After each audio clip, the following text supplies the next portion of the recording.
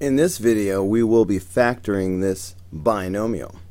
Now, I'm noticing that there is no common factor, and it's not the difference of two squares. So, what could it be? Well, I see the 3 here. It's to the third power, so that's a cube.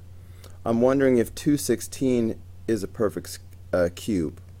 Alright, I know that 1 is a perfect cube because 1 times 1 times 1 is 1. But what about 216? Well, we can easily generate a list of perfect cubes by going to the table feature and typing x to the third power in.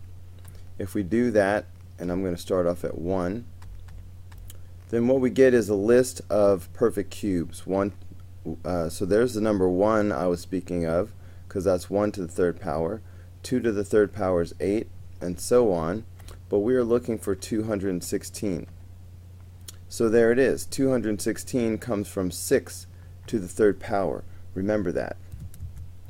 So now that we know that this is a cube, then we know that this is the difference of two cubes. And we have memorized that the difference of two cubes, it always factors as a binomial times a trinomial. The binomial will just be the cube root of each of these terms. So the cube root of 216 is 6. Alright, I'm going from my chart. 216 is 6 to the third power. And of course the cube root of n to the third power is simply n. And the cube root of 1 is 1. So there's my binomial. Now my trinomial, 3 terms.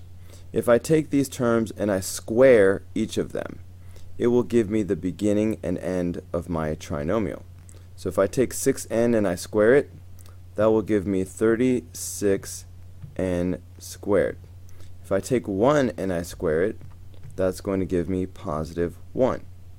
For the middle, you multiply these together. 6n times 1.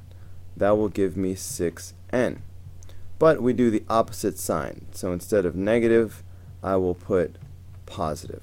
So this is the answer. So now we just have to find it. We can ignore all these ones with 7s. So we need a 6n minus 1. There we go.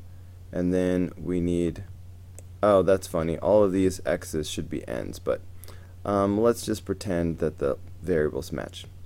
So that would be 36 x squared plus 6x plus 1. So E is the answer, except they should be n's instead of x's.